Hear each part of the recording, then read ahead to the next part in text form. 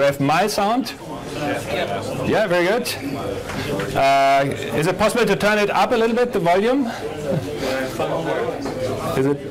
It's those things. Okay. Is this better? Well, apparently not. Anyway. Thanks for coming to this session. Very nice of you to join my little demo. Sorry, I need to turn this down. I'm getting weird effects. Yes. Okay, just need to speak up, apparently. So, okay. Great to have you all here. I'm going to show you a little bit what Splunk and UeberAgent, my product, looks like. And in order to loosen you up and to make this fun and in true pub form style, I've got some little presents here. And these small bottles are cold.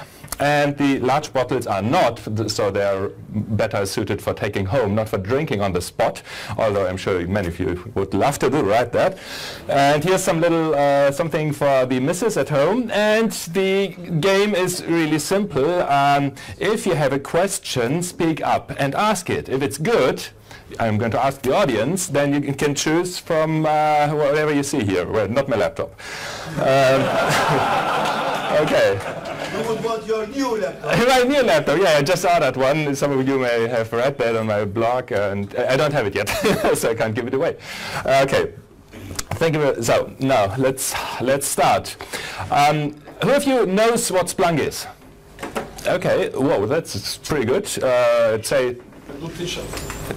They do t-shirts, yes. If they go out of business as a software company, they can always come back as a t-shirt vendor because they have pretty cool slogans on their t-shirts. Yeah, so that was about 2/3 of the people, so I won't tell you too much boring stuff you already know. Basically, Splunk is a platform, and they started out as a kind of Google for log files.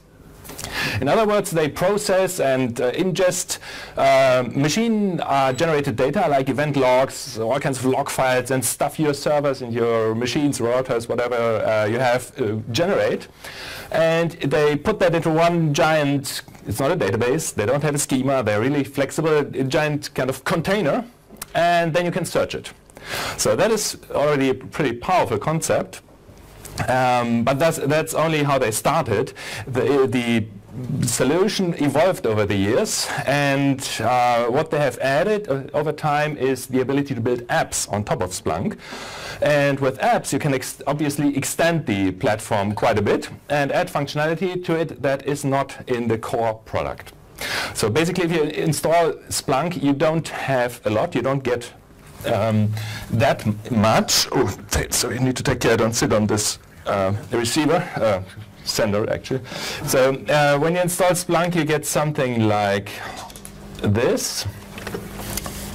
Not with the UeberAgent logo, of course, but you get more or less a big search box. And here I can type anything I want, either just plain text, or I can use Splunk's really, really sophisticated search language. And for example, I can search in a kind of compartment or index. That's more or less a directory for data, and UeberAgent has its own container. And let me see what's in there, and let's take a look. I'm searching over all time. Well, that might take a little bit too long. Just the last 15 minutes is more than sufficient for this demonstration. And as you can barely see, because the resolution is so small, you get back events. Each one of these lines here is an event, so we have one event, second event, third event, and so on. And each event has, of course, the actual data. You can see here that there seems to be a session GUI, there seems to be a username, and finally something interesting. Logon time, total logon time. So that's one of the things UeberAgent collects and reports to Splunk. And then we have some default fields like a host name, that's the machine the data came from. We have a source, in our case UeberAgent, of course. We have a source type, that's kind of inside the source, inside the app. What kind of data is it? In this case, yeah, it says it's called total logon time in milliseconds. And we have an event time. So each event in Splunk has a time, and we always know where it was generated, when it was generated, and then we have the actual data. No questions? Nobody thirsty? Apparently not. Okay. I can drink myself if you don't, but I do that after this session. Okay. Now, using the interface like this is possible, and you can get a lot of value out of it already, but you typically do build your own dashboards on top of Splunk so that it's easier to use for your personnel, for your help desk, for your admins, whatever. And UeberAgent is more or less that. It's actually a two-headed monster. It's one of that is the actual agent. The agent that needs to be running on the endpoints you want to monitor. Those endpoints can be any Windows machine, physical, virtual, XenApp, XenStore, VDI, View, whatever. And UeberAgent doesn't care. It runs on anything that is Windows, Vista or newer, Server 2008 or newer. And that agent that is super lightweight, and it collects data on the systems it's running on and sends that data to Splunk. And what this big Splunk server does, it indexes it. In other words, it stores it, and it stores the data in its not database. And then you can search for the data. And for that, to make that a lot easier, we have UeberAgent ships with pre-configured or pre-made dashboards. And these dashboards more or less look like this one. Let me refresh this one. This dashboard gives you information about logon duration and what happens during user logons. One of the, of course, very important things that are extremely relevant in a XenApp environment, and I'm actually not sure why it takes so long right now. It should not. Let's give it a few more seconds before I panic and start handing out beer without questions. Ah, there's one. Can you configure what it collects on the system it monitors, or does it always collect everything and sends it to the... That's a very nice question. What would you like? Open. Yes, that one I can... Oops.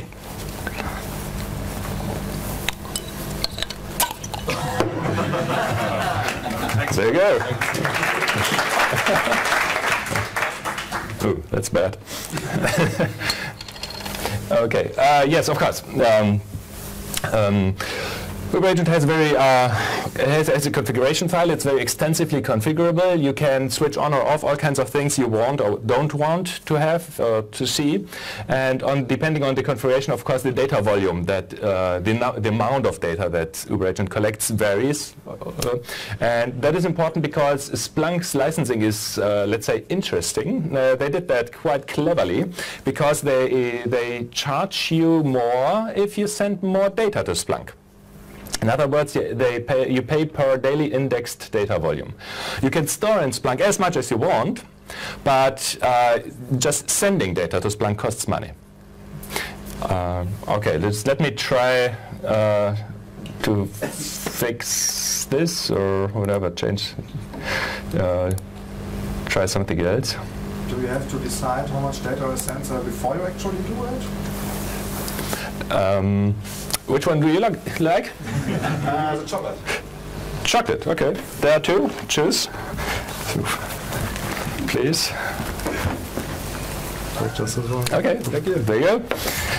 Yes, you have to decide when you deploy the agent and send the configuration. Deploy the agent with the configuration file, and in the configuration file you need to you need to configure what you want. Oh wow! Yeah, very good. Yeah, who was first? Up front. The agent communicates with your application in Splunk, or it communicates with Splunk API? It uses Splunk's basic functionality for communication. In other words, this, technically it works like this. Splunk has a generic agent, which it does not do very much by itself. It's called the universal forwarder. And from its name you can gather that it forwards data. It sends data to Splunk. So the UeberAgent agent sends data to the locally installed universal forwarder. And the universal forwarder then sends that data over the network to the Splunk server. So you need both agents installed? Yes, yes. Which one would you like? I'll have the bottom of... This one? Yes. Very good. And the other head of... You go. No, I don't want to know.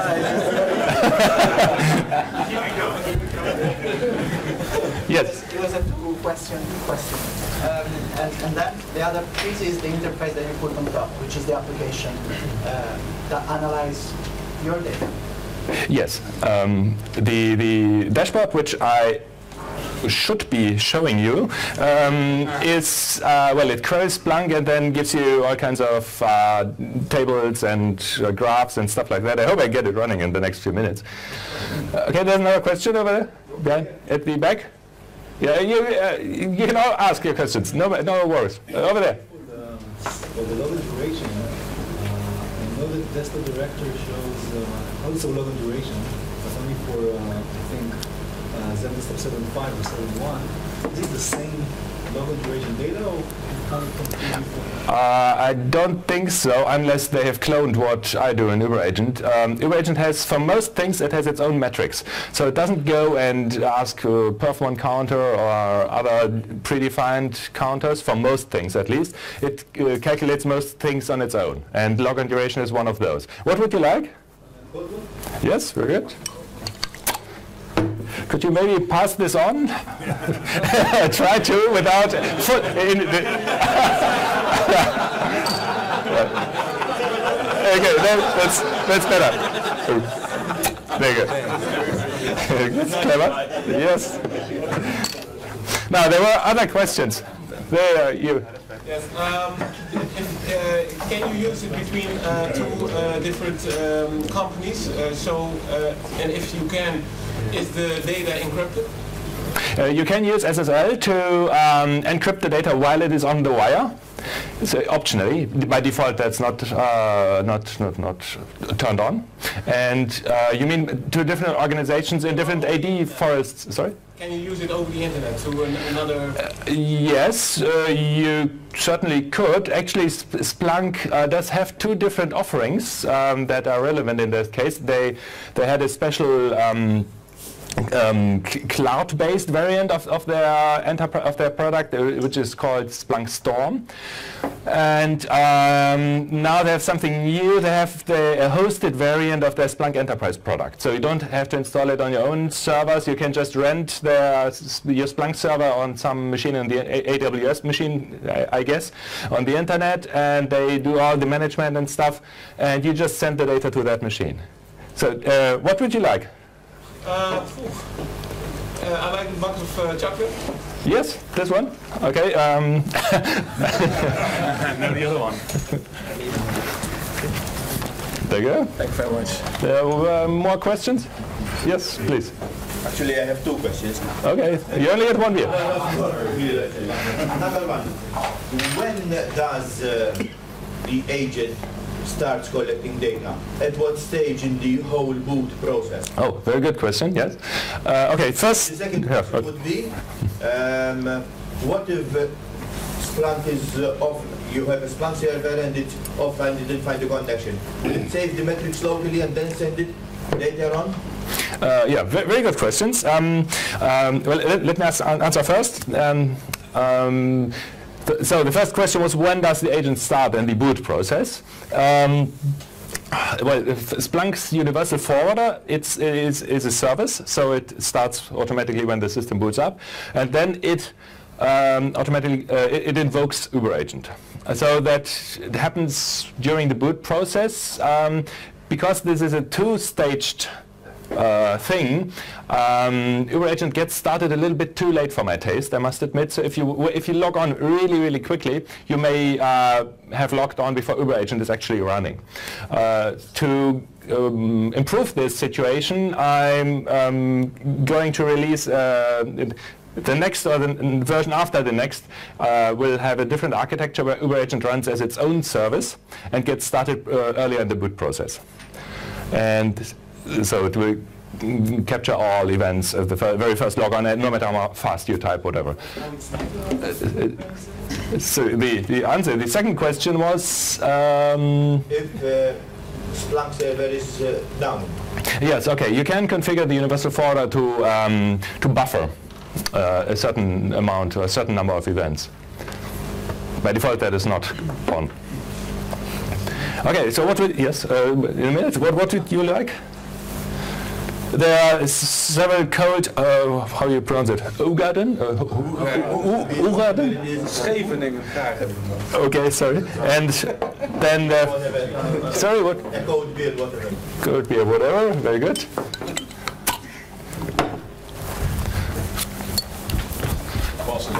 There you go. Not via you. Okay, there have been other guys in the back. I don't know if there was still any questions over there. And then Question what I have is they have this limit for the free version. yes, Splunk has a limit of 500 megabyte per day. You can send to it in the free version. Yeah. Okay. Question is how much is this in the farm? 10 servers, 20 servers? Yes. Okay. It depends. Obviously, a lot on the amount, the type, and the kind of data you send to Splunk. With regard, when you're looking at UeberAgent, it's roughly 6 to 8 Zenab servers. Okay. But you can fine-tune UeberAgent and really modify how much data it generates in a very wide range. So you can really drive that down if you want to. Depending on the amount of users. Yes, it depends on many things: users, applications, and your configuration. Sasha, what would you like? You can give this cold one to Christmas. Yeah, okay. I'll run it. Oh, that's very nice. Yeah, thank you.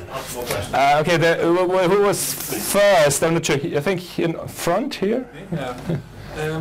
Can I have the big bottle? Yes, of course, but first ask. No questions, but Well, that was a question, but it was not a good one. is UeberAgent compatible with provisioning systems like Citrix, MCS, PVS? Very good question. Is it compatible, there you go, with provisioning systems or imaging systems of any kind? I'll add that. Yes, it is. You just need to take care when you install Splunk's Universal Forwarder. You need to run a special command so that the ID it generates gets erased. But that's all you need to do. There's an extensive documentation of how to do the installation, including this PVS preparation, on my website, helgeklein.com. I think the next one was the guy at the end, at the back with the black shirt. Yeah. If the host goes down, you say the forwarder will buffer. But what if the host doesn't come up again? You have to create a new host. Can you redirect the buffer? Ah, well, okay, yes. I haven't talked about, or we haven't talked about Splunk clustering multiple systems yet. If you have a very small environment, you only have one Splunk server. But Splunk is extremely scalable. You want Splunk you want to have multiple Splunk servers either for replication of the data, so you have 2 or more copies. That's very well. That's one reason to do it. The other reason would be once a single Splunk server can index roughly between 100 and 250 gigabytes per day. So if you send more data to Splunk, you need more servers. And Splunk is so extremely scalable that you can literally send hundreds of terabytes per day to your Splunk farm or installation. And that, for example, that's what the biggest Splunk customer does. That's Apple. Oh. Okay, black would have been better, I guess, than this one. When you said Apple, it went black. Yeah.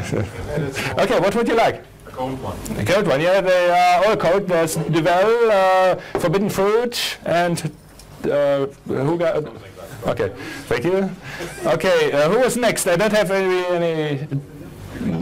Well, I think you and then you. So you can use one Splunk for a lot of customers. Can you isolate all the Multi-tenancy. Yes, yes. Splunk has a very sophisticated, well-established permission system. So you can set permissions on indexes, on compartments or containers, whatever you want to call them, and you can say, for example, this admin or this customer only has access to this index, and the other guy has access to the other index. And this works. UeberAgent uses that too, that system. So if you want to, if you're, for example, if you're a service provider, and you have machines for 10 different customers in your data center, then you can send from each machine, you can send the data to a different Splunk index, and then you configure the permissions appropriately so that each customer has access to his data. That works well, yes. And we have documented that on our website. What would you like? 3 left? Yeah, very good. Yeah, this one. Yeah, I was going to open it like this. Very good. Thank you. Ooh. Okay, not too bad. Sorry if there's anything. No problem. Okay. It's only Android. Okay, only Android. So there, you please. Does one server operate on a closed network, or is it A closed network? yeah, it's not accessible to the internet? Yes, it is, of course. No problem. What would you like? 2 left. What's this? Quack? And Ugarden. I'll try to correct it. That one? Okay. Okay. Could you do that? Thank you. Last question for you. Okay. Another question. Yes. The dashboard, can you modify them, or have you somehow locked them in? Normally in Splunk it's quite easy to customize and make it. Yes, if you can modify the predefined dashboards that come with UeberAgent, you mean? Yeah. Yes.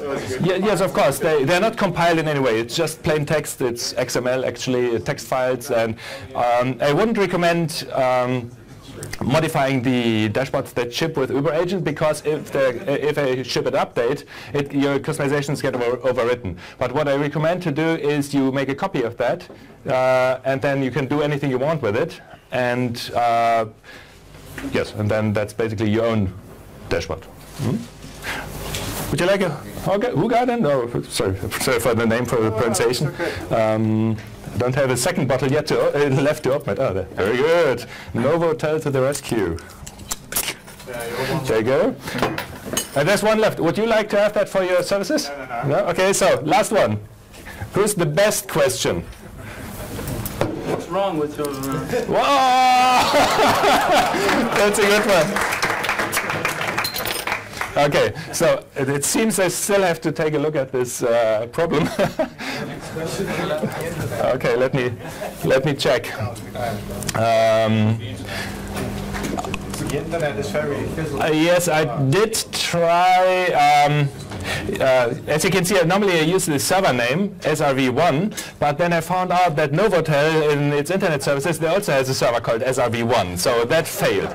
Then that was up in my room. Then I replaced it with the machine's IP address, but that does not seem to be going much better. It did up in my room. So I've got this event generator. Let's stop this. Let's try a few simple things. Let's do combined troubleshooting. 8.5. Okay, that looks good. If you disconnect the Wi-Fi, maybe you could use the... Yes, could be a good idea. Okay.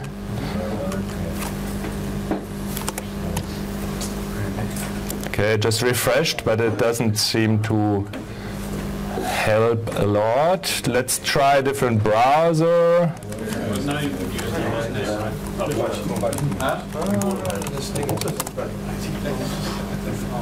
Okay, this works. Just the app doesn't.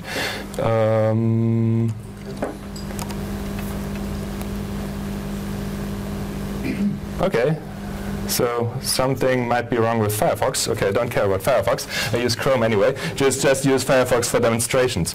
Okay, I've got a few minutes left, so let me show you some of the active dashboards we have been hearing so much about in the past few minutes. Now, I told you UeberAgent is pretty good at recording logon information, what happens during the logon. This is much better. Now, the dashboards, UeberAgent dashboards generally look like this. In the head of the page, you have customization options where you can configure the time range from which you want to see data. As I mentioned, Splunk can store data as long as you want. You don't have, there's no compressing of data in any ways. EdgeStat, for example, the further back you go in time, the less granular the data becomes. That doesn't happen with Splunk. The data is not modified in any way, so you can have a really detailed look at last year's logon duration if you want or if you need to, if you make comparisons, for example. Then you can filter the data to only include data from specific hosts, things like that. Then there's some eye candy, some nice things for managers to look at. And further down, typically with each dashboard, there's the raw data, the actual things. Well, not the data as it is coming in, but the data in text format. Now let me scroll this up a little bit. So I'm not going to spend very much time on this user logon duration stuff because many of you, or some of you probably have seen it before in some other presentation I did. It does tell you though how long the user profile processing takes, group policy, logon script, stuff like that. And when I click on one of these rows, I do a drill down and UeberAgent shows me all the information it has about this specific logon. And something that's pretty interesting and that's a little bit newer than the other things is you can see the AD site that was used during the authentication process and the authenticating domain controller. And it also lists all the group policy CSEs, in other words, the group policy modules that have been used during this logon. It tells you how long this specific module took for its processing. In this case, folder redirection took 1.9 seconds. And you can see from in which policy this specific CSE was used. So in this case, I've been very creative with naming this policy. Was called user policy TS. Very good. So you can, with this information, you can immediately see if the policy is causing slow logons, which parts of policy. So, for example, it might be folder redirection, which is a very good topic. I had a very nice talk with Sean Bass about that at Bryform. Okay, now let's take a look at other things UeberAgent is good at. One thing that is brand new, which I've added just recently, and it's not in the official product yet, so you get a free preview. I even bribed you with beer to come to this preview. That is network communication. And let's see how much data we have. Well, a little bit. This is from the last 60 minutes. Let's take a look at the data from the last 4 hours, because in the last 60 minutes, obviously, there was not much happening on this machine's network. So it tells you which services on the network have been used. So it tells you not only the IP address or the host name, depending on if that can be resolved. And it also tells you the port. And for each of these communication targets, it tells you cool things like how much data was sent. And one thing that is extremely interesting, latency. So you can see how fast, for example, your file server is. What's your file server's response time? How does that change over time? So it might be slower in the morning when many people log on. It might be faster during lunch break, whatever. Or when people tell you, you know, that stupid question, what's wrong, my Citrix is broken, or so things like that. Of course, it's not their Citrix, and it's probably not broken. It's typically one backend server that doesn't behave. For example, some database server. And it's pretty difficult to actually find out how well or how fast the database server is working. And this gives you one indication. If you can take a look at the net latency, just a second, and it is slow, then you have a very good argument, a very good point when talking to the database guy. And you, of course, you can also do a drill down here, and then you see the value over time. So, I seem to have accessed carlwebster.com. Very good, great content there. I'm just looking for something like mailgoogle.com. I should be able to filter it so that it's easier to find. Okay, mail.google.com. And here you can see when my laptop was turned on. It was not so often in the last 60 minutes, and it didn't have much network connectivity in that time. Here you can see, in the last 4 hours when my laptop actually communicated with mail.google.com and how fast that was. Yes, I think Nick here had a question. Yeah. I was just wondering, so this is all from the endpoint, I assume, all measurements, meaning what is the endpoint doing? Yes, it's all seen from the perspective of all the Windows machines you're monitoring. If you're monitoring many machines, you get the average, but you can filter it like similar to what I did here, and then you get only the view of a single machine. But have you done any correlation between an endpoint and a Citrix session, meaning users log on here, users log on here? Where is the breakdown? Is it the local client, meaning I have a bad connection inside? Or is it from the endpoint Citrix server, meaning I have a bad connection from the Citrix server, whatever backend I want to? Yeah, okay. Well, at this point in time, UeberAgent does not do what I think people call end-to-end monitoring. So it does not look at, for example, the ICA client on the user's device and on the ZenApp server and on ZenApp database and give you a holistic view of that. UeberAgent is it is a monitoring system that tells you a lot about your Windows machines, and it's focused on user experience and application performance of your Windows machines at this point in time. It might evolve, but that's what it is right now. Yes? Can you also drill down into the stupid active setup key and see what the stuff paths do? The question was if you can drill down during the logon, I guess. In the logon, the active setup key. And you know, you've got those silly stub paths. And you want to see how long active setup processing takes. You can't see it directly, but UeberAgent shows you the duration of the shell startup phase. And active setup is being processed in that shell start during that phase, and typically that is very small. The Explorer XE typically comes up fast, but when it does not, it is very likely that the user is logging on for the first time and that active setup is doing its thing. Okay, so we've taken a look at the machine network communication stuff. Now, what you might have gotten a glimpse at another thing that I think is pretty cool, GPU usage. Not many tools can tell you about that. And I've got a simulated environment here. So you can see my machine, that's this HKT520, which I'm going to replace soon, hopefully. But it's very trusty device, not making fun of you, no. And a few RDS servers. And you can see here for each of the machines which graphics adapter, which kind of GPU it has.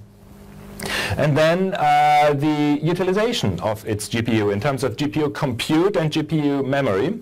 And UeberAgent even tells you about shared and dedicated memory. Shared memory obviously is the machine's RAM that is being used by the GPU 2, and dedicated is the RAM that is on the display adapter on the video card.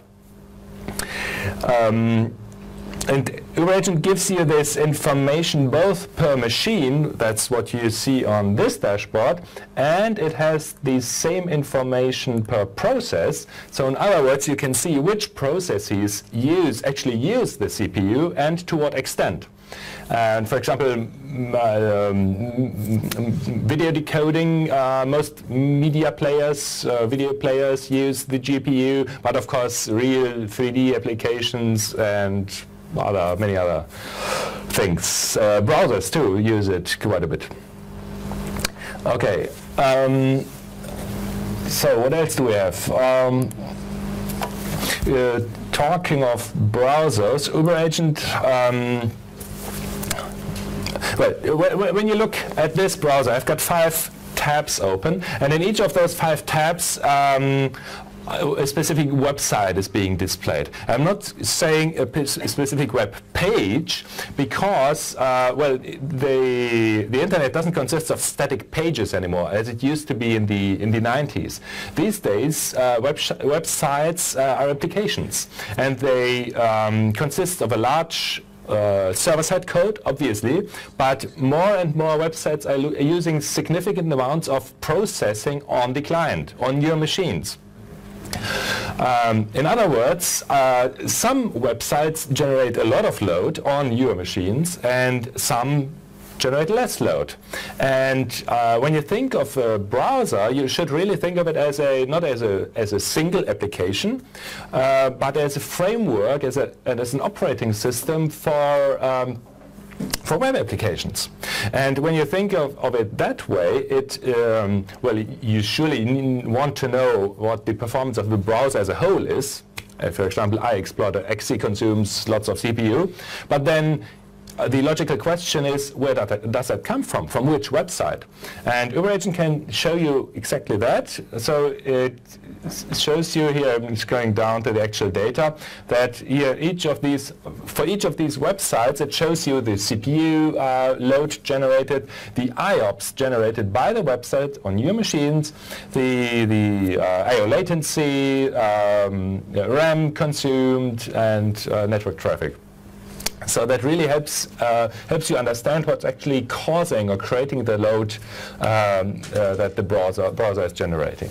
Now this, I have to admit, this currently only works for Internet Explorer, and the reason for that is that, well, you may think about Internet Explorer what you want. It's yeah. I have my own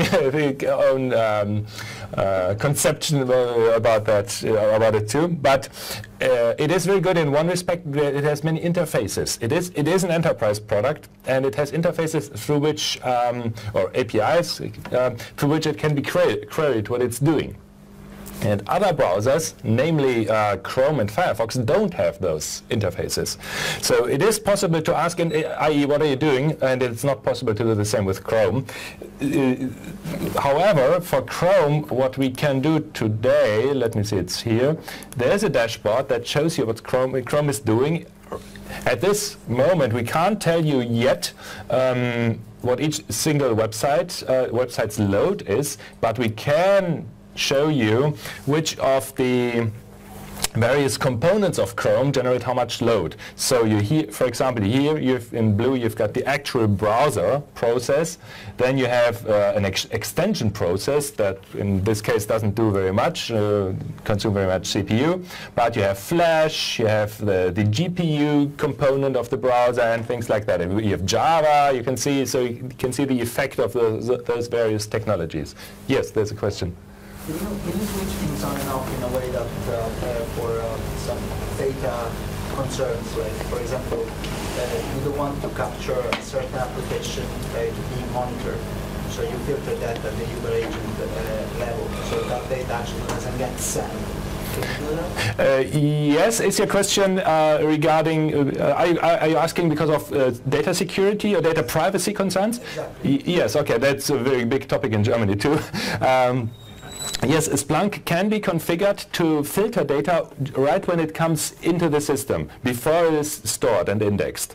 And you can use regular expressions to identify data, or that's one of the ways to do it. You can use regular expressions, or you can filter out entire types of data, so that... Right, because data is already being sent. It's at the agent level itself. No, you can't do that. Well, you can switch certain metrics on and off.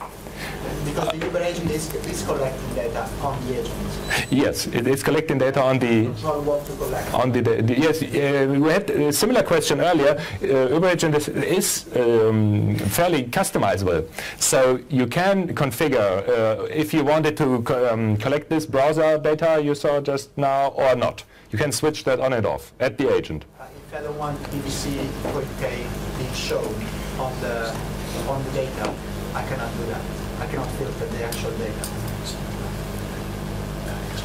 Okay, sorry, I don't get that. But I think we can... You can do don't collect data from browsers. Yes. What you cannot do, collect data from browsers, but when it's on BBC, please not collect. Yes, you can do that, but you can't do that on the agent. You can do that when it's arriving at the Splunk server, but before it is being stored and processed by the Splunk server. Well, that's too saving your license. Well, it may be too late for some. It is certainly good enough for example, for obfuscating things like credit card numbers or usernames. You can replace just the last 4 letters of the username, for example, with XXXX if you want to do things like that. Yes? What about start time from application? So I start Word.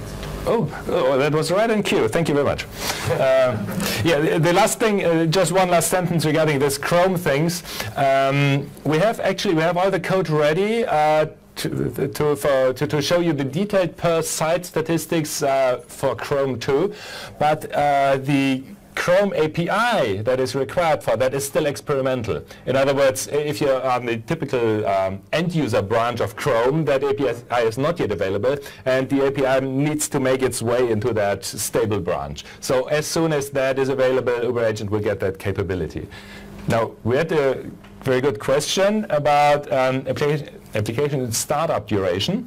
UeberAgent actually does monitor application startup and tell you and shows you exactly what that is, and there's no configuration required for that. With all UeberAgent metrics, they all work in such a way that you don't have to customize INI files or adapt the thing to specific applications you're running. You just install the agent, which is basically a copy operation, and then it works right out of the box. So, sorry, this is the detailed view that doesn't have the fancy graphics. This one does. So you can see here which applications have been started most often in this top diagram here, and how long that took. So, for example, in red this would be Chrome. Then the next few graphs show you which applications have been started the most often, how long that took, and very interesting, how many IOPS disk I/O was generated during the startup of each specific application. And at the bottom in the table, you see the very detailed information. So you can see that, for example, Chrome was started 103 times in the time range that is selected here. That's the last hour, I think. You can see that on average it took a little bit more than 10 seconds, and on average it generated 28 IOPS. Okay, there's another question.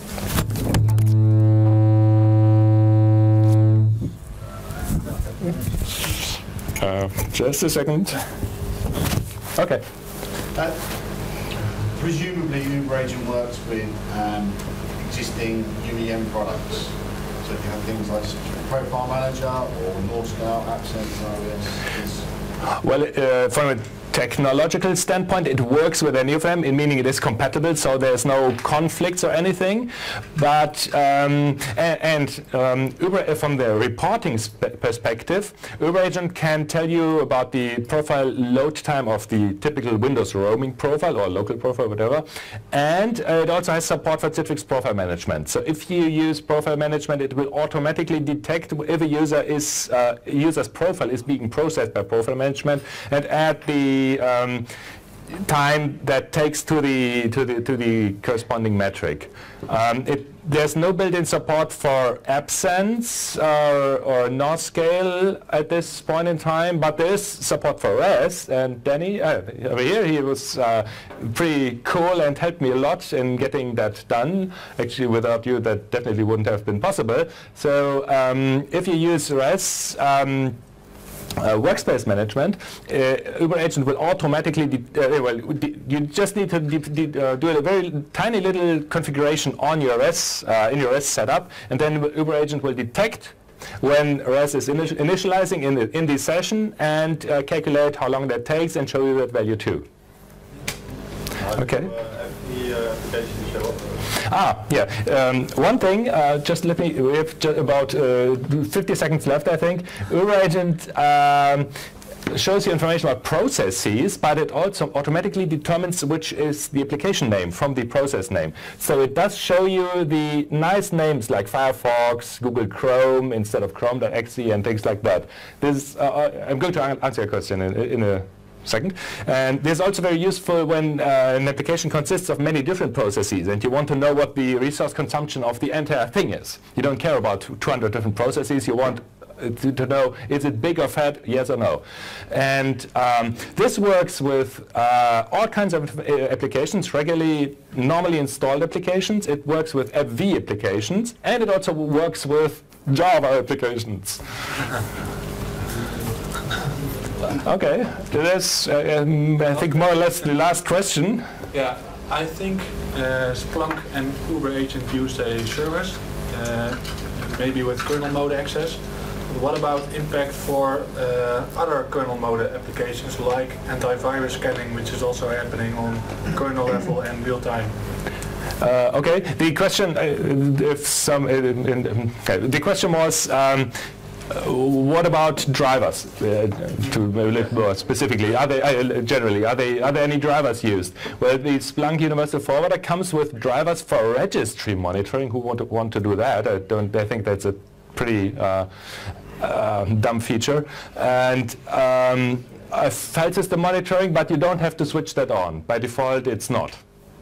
And then the driver is not used. UeberAgent uses a very simple driver. It's not a file system filter driver, which those can be obtrusive, and there can be problems with many of them, because who sits on top, and you don't need to be more explicit with that, do I? Yes, UeberAgent just uses a very, very simple driver. It's just a kernel mode component that